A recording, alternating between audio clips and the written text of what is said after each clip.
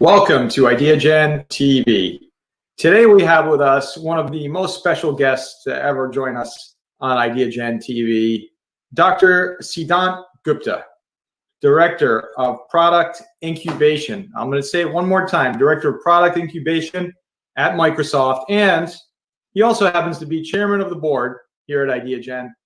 Dr. Gupta, Sidhant, welcome. Thank you, George. Thank you for such a warm welcome. Well, we've encountered many global leaders over the years, as you know, at Ideagen, and you are at the very top of the list of people changing the world consistently. Your dedication to changing the world has been evident from the very first time we met you, and your belief in the mission of Ideagen has been steadfast. And for that, we want to say we are incredibly grateful to you always for that and for your leadership and for your inspiration. And today, you will be leading what I believe will be an incredible interview.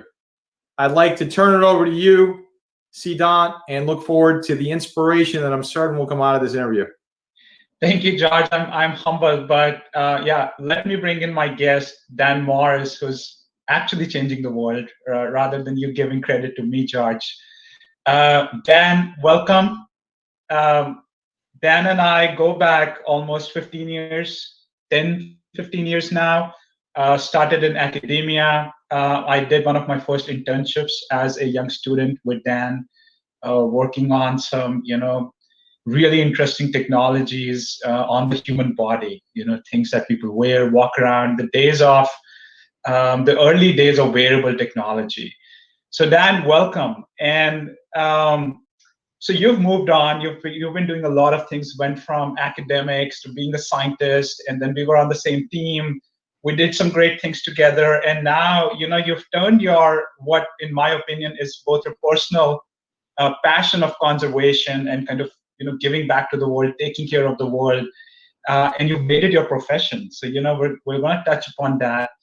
And the reason I thought you were the perfect person is in the context of SDG 15, which is life on land. I felt like the work you're doing with conserving the biodiversity, some of anti-poaching programs that you've put together, I really wanted to get your thoughts on the work you're doing. So Dan, you are the program director for AI for Earth. Do you want to tell us a little bit about your background before we dive into learning more about the work you're doing? Sure. So like I said, I'll break the fourth wall for a second. I worked in Sidhant, the same group as Sidhant, for close to 12 years and worked with amazing people. I miss all of you all every day. We did amazing work and I loved it. But sometime around 2017, I basically just had a midlife crisis and I said, I really want to work on conservation. And I had the very good luck of having my midlife crisis just as one of our colleagues in Microsoft Research was starting the AI for Earth program at the time. And so I asked 7,000 times, can I come work with you? Can I come work with you? And it all worked out. And now I run the AI for Earth program. Lucas, who started the program, is now Microsoft's Chief Environmental Officer. And I've taken over the AI for Earth program from him. So yes, midlife crisis, mission accomplished. That's a wonderful way of putting it. Well, that's great. So AI for Earth. Our mission statement there is that AI for Earth puts Microsoft's cloud and AI tools in the hands of those working to solve global environmental challenges. Can you dig a little bit deeper and tell us how we are applying some of our tools to global environmental challenges? I would love to. And I'm an engineer at heart, so I will give you a bulleted list of the things we do to put Microsoft's tools in the hands of environmental scientists. So everything we do is about putting Azure to work for environmental sustainability. We basically do that in three ways. So we are a grants program. We give stuff away to other folks working at the intersection of machine learning and environmental sustainability. We have all different kinds of grants. I won't bore you with the mechanics of our grants program. We have Azure credit grants, we have financial grants, but we have over 600 grantees in over 80 different countries. And we work really hard, not just to give them cloud credits and check a box and say, hey, environmental scientists, good luck with the cloud. We also couple our grants program very closely with an education program. So we work really hard to make sure that all of our grantees have a successful journey to Azure and really learn how to use the cloud in their work and are able to scale their the work that they're doing. So that's our grants program. We are increasingly also a data program. So we are responsible for hosting on Azure the typically very large geospatial data sets that are critical to environmental science. When you're an environmental scientist and you work with 4 petabytes of satellite imagery, you can't reasonably be expected to bring that imagery with you for your project. So it's our job to make sure that those critical data sets are available on Azure and easily accessible. And then lastly, we also are a technology development program. So we build a number of tools, particularly machine learning tools, to accelerate environmental science workflows. So basically, as we are sitting here on this call, environmental scientists, particularly conservation biologists all over the world, are doing some really boring and repetitive things, and we'd really like to be able to use machine learning and computer vision in particular to help them answer questions more efficiently and make the most of scarce conservation resources. Wow, that's I actually did not know that we had such a deep and wide program here. So help me understand something then. If you look at the history of humankind, and especially recent years and decades, we've neglected the environment. No matter how you put it, we've neglected the environment, right? And I see large corporations throughout throw marketing terms around, we are doing this, we are doing that. And when I look at kind of Microsoft program, amongst a few other corporations that is doing this seems like a really serious effort, a concerted effort to actually make a positive impact on the environment. And I can connect the dots back to kind of the ethos of our company, the culture, and kind of how we think about people and the planet we live on.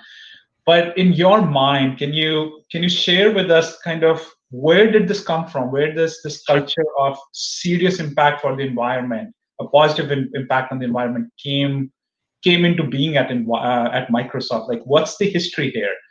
How did we find ourselves in such a leadership position in helping even scientists have a better impact on the environment? Absolutely. So it's actually, first of all, AI for Earth is just a part of our larger environmental sustainability program. So, and it's not even the largest part. And so actually our corporate commitment to environmental protection is much broader than AI for Earth. Think of us as supporting the external environmental science community, but we also have made pretty substantial commitments over the last few months to be a carbon negative company, to protect more land than we use, and to protect more water than we use as a company. And those are important operational commitments that we're making and trying to be leaders in this space. And AI for Earth is just a part of all that. And in terms of how Microsoft got here and why we do this, so I come to work every day, and my manager tells me that my job is to have impact on environmental sustainability. I believe that is what we live every day. And when people ask me why, I tell everyone to turn their cynicism knob to wherever they like on the cynicism dial. There is certainly a philanthropic component to what we do.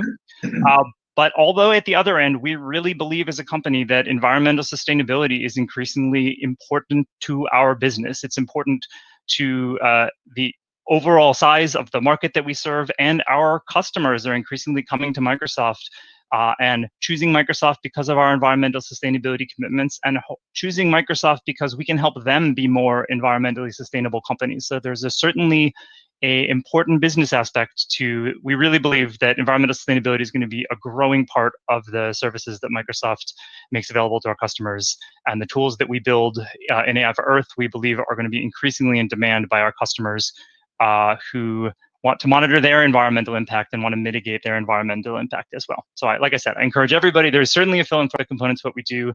My immediate commitment is environmental impact, and I encourage everyone to be as cynical or not cynical as you want. Either way, we believe that environmental sustainability is incredibly important to Microsoft and to our business. That's amazing. And I love the fact that how we at Microsoft have figured out how environment sustainability intersects with our future business goals. And these are future about 50 years out, right? As I see, we're projecting where the world will be, what resources will we need, and what would be the new problems that the world would be facing, and we are sort of preparing for those.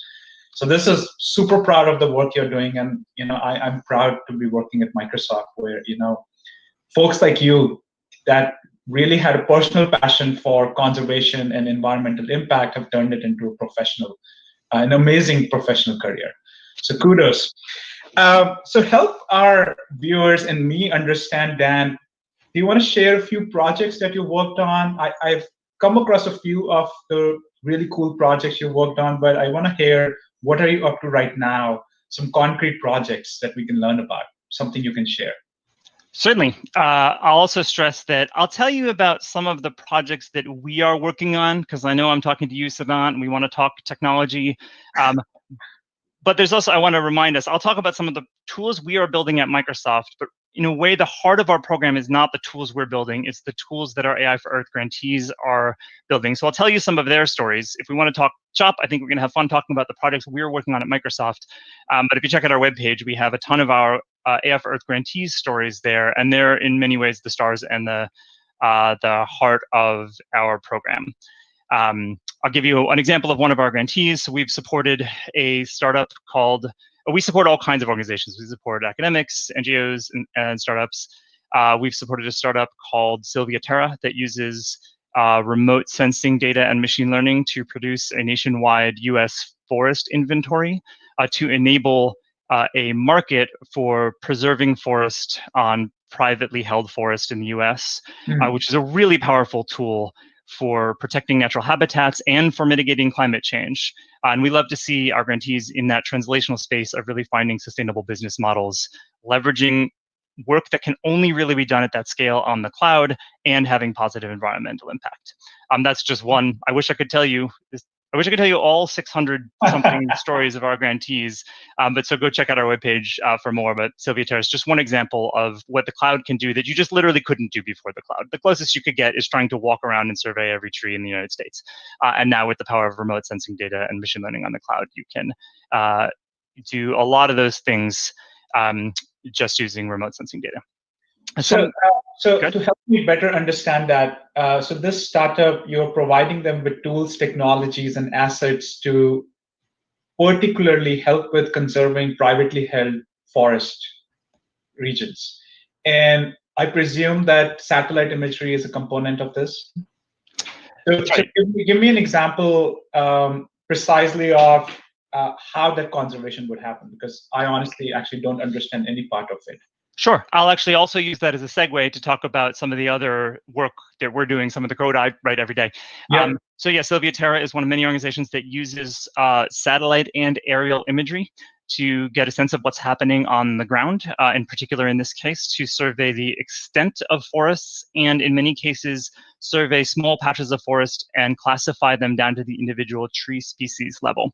And the idea behind Sylvia Terra's business model is that if right now, much of the forest in the United States is privately held. And right now there is every financial incentive for private owners to cut down those trees, because land has value and timber has value. And if we want to ask private landholders not to remove valuable forest that sequesters carbon and provides wildlife habitat, we have to create a financial model that incentivizes them not to cut down forests. And we can't do that without having both a marketplace where carbon offset purchasers can go and pay those individual landholders, and a way of actually verifying that without literally walking to every privately held land plot in the United States. And that's really where the power of remote sensing data and machine learning comes in, so that we can actually monitor deforestation on the ground, particularly in places where zero deforestation commitments have been made. Wow, that is very interesting. So in other words, the bottom line is private landowners have an incentive, obviously, a monetary incentive to cut down those trees. Like you mentioned, land has value and timber has value.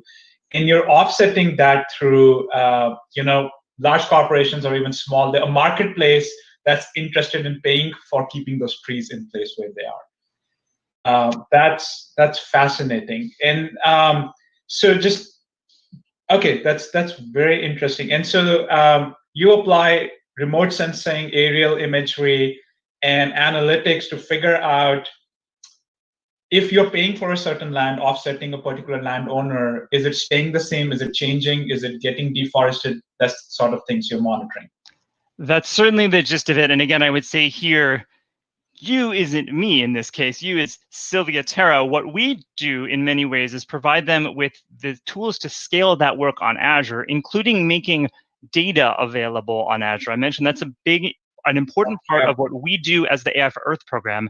If you go in, for example, if you look at our webpage or the Azure Open Data Sets program, you will see a collection of large geospatial data sets that serve applications just like this, that serve environmental science applications, that serve wildlife conservation applications, and that serve commercial applications like Sylvia Terra. So for example, they leverage both imagery from the National Agricultural Imaging Program, or NAIP, which we make available on Azure for applications like this, and they leverage imagery from NASA's Landsat program that we make available on Azure. And again, this is really at the heart of what it means to scale on the cloud, because those data are large and it does not make sense for individual users to bring that data to the cloud. We want them to bring their compute to where the data is. And our job is to make sure that they have the data and the tools they need to do that kind of work. So a lot of the work we do is making sure that that data is in place and accessible. And you and I could talk forever. I think we'd bore everybody in this call. We can talk forever about the minutia of moving petabytes of data around, but that's a lot of the work we do to make sure that our grantees and the environmental sustainability community doesn't have to do that the data is there for them. Yep. Wow, that's amazing. So switching gears a little bit, are you still managing and overseeing some of our wildlife conservation projects? Do we have any projects or grantees there, if you want to touch upon those? Yeah, we have tons of grantees in the wildlife conservation space. I'll actually maybe use this area to talk about a little bit of the machine learning work that we do essentially in-house. So we do some first-party machine learning work. And I should also mention, for technical folks in the audience who are interested, everything I am about to talk about and really all of the machine learning work we do in the AI for Earth program is open source. So check it out and get involved. So for example, I mentioned earlier, a lot of the tools we build are intended to make environmental scientists, or in this case, wildlife biologists, more efficient at the work they do. We trust our collaborators to be asking important questions and solving important problems. We want them to be able to do that as efficiently as possible so they can answer time-critical questions as quickly as possible. So one example of an area where we have done a bunch of work is in accelerating the review of images from motion-triggered camera traps. So if you're a wildlife biologist and you want to know how many leopards there are in Serengeti National Park, you might go and put out anywhere from 1 to 1,000 motion-triggered cameras, and then you're probably going to go home, and then you're going to come back in 6 months, and you're going to have anywhere from 5,000 to 50 million images to review to ask the conservation questions you want to ask about wildlife populations.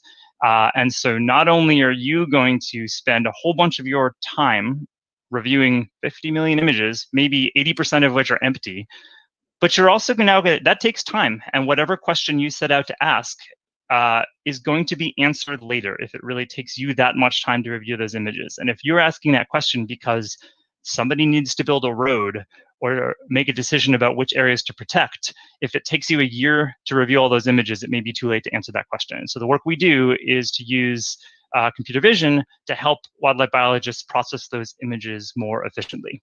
And so we built a set of open source tools and models to review motion-triggered camera trap images, for example. And in particular, the work we do is, there's a lot of really exciting computer vision work about species classification. We work on a much less glamorous problem that we think is super, super important, which is simply separating images of animals from all the images that aren't animals, which can be 99% of those 50 million images you have to go through. And we've helped over 50 organizations at this point at all scales and sizes get through their images more efficiently using computer vision. And I'll say the story is the same in so many other areas of conservation too, where, for example, folks doing aerial wildlife surveys, where you fly planes or drones to survey wildlife in some parts of the world, you got a lot, even in wildlife dense areas, you got a lot of empty images to go look through to count animals. Or folks using microphones or hydrophones, underwater microphones, to survey marine mammal populations, for example. You got a lot of recordings to listen to, only some of which actually have marine mammal audio in them. And so the story is the same in a lot of areas of conservation, and those are all problems that we've worked on to help folks use machine learning to process their data more efficiently and answer conservation questions more efficiently. Yep. What's amazing to me in all of the examples you've given in the program is that Microsoft's AI for Earth is really acting like a powerful catalyst. So we are creating tools, although they may seem boring, like you said, let's scrub through 50 million images, is there an animal or not? I can totally see it saving 6 months of some grad student's time who would have otherwise scrubbed through all of that data just to say, oh yes, I see a leopard here, I don't see a leopard here. That is phenomenal. And it's really interesting how it can drive decisions which are time sensitive. I can imagine, you gave an example of a road or area to protect. Poaching comes to my mind is you can take immediate actions that can save some critical large few living specimens of that species. So phenomenal. You mentioned hydrophones. Do we have any under AI for Earth or some of our other conservation programs? Are we doing any work with, if I were to frame it in our SDGs, this was the Sustainable Development Goal 14, which is life underwater. So anything to do with aquatic, coral reefs, oceans, do we have any work there? Yep, absolutely. I'll go in the opposite order. I'll start about some work AI for Earth, or really our larger AI for Good team has done in the machine learning space, and then talk about some of our grantees' work in this area. So another project I alluded to briefly is the use of hydrophones to study marine mammals. That's actually an area that one of my colleagues, Ming Zhang, on Microsoft's AI for Good team has done a whole bunch of work in, specifically working with collaborators at NOAA Fisheries, who are conveniently located here in Seattle near us, and we've worked on them with on a whole bunch of projects with them. In this particular case, they had a large archive and continue to collect a large amount of hydrophone data specifically to study beluga whale populations. And that is a super inefficient process, I have to say. As much as we do a lot of work in the camera trap space, and it is boring to look through millions of camera trap images, it is more boring to review lots of empty audio files. And so we have worked with them to build machine learning models that help to answer questions about specifically beluga whale populations more quickly. But the paradigm they're using is not specific to beluga whales. This is the hardware they're using and the overall process they're using is very common throughout the wildlife conservation community, and we think there's tons of room to scale that work to other parts of the world and other species where a lot of the fundamental questions are the same. I've got a whole bunch of data, and I have a question to answer, and I need to answer it as quickly as possible, and ideally move to as close to an automated workflow as we can get to enable much closer to real-time answering of important conservation questions. So that's kind of some of our first-party work in that space. We've also supported through our grants program, supported a number of other organizations. One called Ocean Mind that uses AIS data, that is vessel traffic data and other remote sensing data, to try to predict instances of illegal fishing, which is a huge issue in ocean health. We've also supported some academic collaborators who are working with data from the Ocean Observatories Initiative, who maintain an amazing network of undersea cabled sensors to study video from the ocean floor and answer questions about marine life, really fundamental scientific questions about marine life in an area that we're really just beginning to study and understand. That video sensor, for example, just produces hundreds and hundreds of terabytes of data, and it requires the scale of the cloud to be able to efficiently process that. So those are examples of organizations we're supporting through our grants program to make sure that they have the resources they need to scale that work to the cloud. Wow, that's phenomenal. I had no idea. Thank you for sharing that. So zooming out a little bit, if I were to put you in the hot seat here and say, if all of this work goes really well in sort of an ideal situation, how would you define success 10, 15, 30 years from now for this program and kind of our positive impact on the environment? Sure. Well, again, I think I'm really proud, outside of the Air for Earth program, really proud of the commitments that Microsoft has made on our own operations on about the 10-year time horizon. And I encourage everybody to go check those out to be carbon negative, to be land negative, meaning to protect more land than we use, and to be water negative, all in the next 10 years. We're really proud of the work we're doing there. We want to use that not only to, of course, have that direct environmental impact and to inspire our customers and competitors to do the same, but also, in order to do that, we're going to have to build a whole bunch of tools that help us not only get that done, but monitor those commitments. And really, we're forcing ourselves to build those tools and make those tools available to our customers. So as an overall company, I think on the 10-year horizon, I think we'll be, we're really proud of the commitments we've made and looking forward to achieving those commitments and sharing publicly how our progress toward those commitments is going over the next 10 years. And then for the AI for Earth program specifically, we think of success as making sure that the environmental science community, and we think of our grantees as a representative slice of the environmental sustainability community, we want them to be able to work on the cloud as efficiently as they can possibly work. Our job, we trust them to be asking the important questions and doing the important work for environmental sustainability. And our job as a program is to make sure the tools are there so they can be as efficient as possible. And that means all the things we talked about today. If you're an environmental scientist, you shouldn't have to have a PhD in geospatial analysis or a PhD in distributed computing to go and ask questions from remote sensing data on the cloud. That's our job. And if you are working with large volumes of wildlife conservation data that comes from camera traps, for example, we have dropped the ball if people are still looking at every one of those images manually 10 years from now. That's really how we think of success for the AI for Earth program specifically, is our collaborators and eventually our Microsoft customers using the cloud for environmental sustainability as efficiently as they possibly can. Wonderful.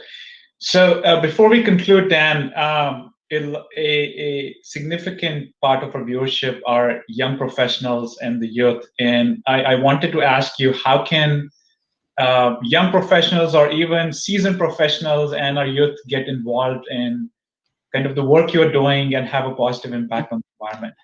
Absolutely.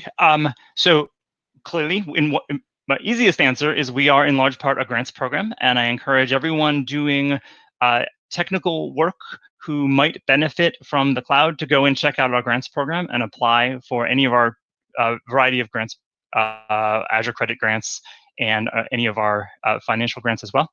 I also encourage folks to get involved. Again, I'm answering targeting a somewhat technical audience, but to get involved in the conservation technology community, I can point folks to a couple of specific resources. There's a community called wildlabs.net that I'm a big fan of. They hold all kinds of, they're both a online forum-based community and a series of virtual meetups that have been fantastic. If you want to get started in conservation technology and learn what other folks are doing, I encourage everyone to go check out Wild Labs and get involved in their virtual meetups and their online tutorials. And I think that's a great place to get started. I think it's one of the most vibrant communities, specifically in the conservation technology space. Wonderful. Thank you for those pointers. And we'll put this up on the screen so folks can go visit some of those resources you've mentioned, Dan. With that, Dan, I wanted to thank you. This is some amazing work we are doing on both Sustainable Development Goal 14 and 15. Thank you so much for sharing, and really proud of the work you're doing. Thank you, Tuzan. I look forward to coming back and visiting you in Building 99 sooner or later. All right. Thank you. See you later.